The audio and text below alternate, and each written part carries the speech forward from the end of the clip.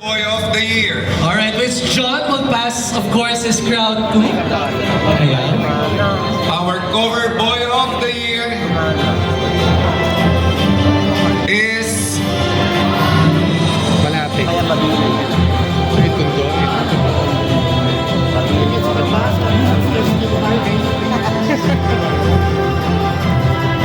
Mr. Anona Santa Mesa.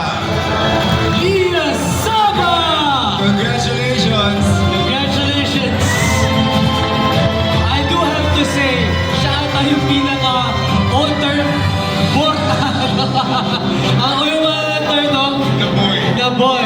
Bortang-borta talaga, grabe. Talagang batak na batak si Lias eh. I actually thought he will win the sexy body thing. So, yun yung Just ano my eh. thought. Yun yung Yeah. ano eh, twist eh. Correct. Yun And of yung- course, we have John Mancha. pass on his crown. Of course, the cover boy of the year will get to receive 10,000 pesos in cash. Of course, a certificate, gift pass to Aficionado and XIV Aroma Studios. Next, we have the top model of the year. Okay, for our top model of the year,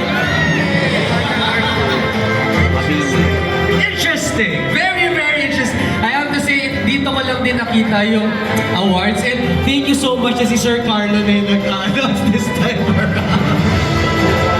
actually, gusto ko na mag-back out kanina. Pag-announce ito, ang hirap eh. Okay, for the top model of the year is Mr. General Luna. Mr. Rio Lozano!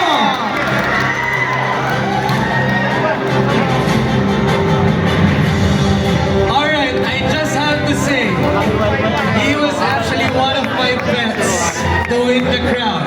Just so you know. Just so you know. I'm not one of the judges. I'm one of the judges. I'm just a host, but he's just one. I One have of your bets. One of my bets. If I have a bet, he's one of my bets. Congratulations, Rio! Of course.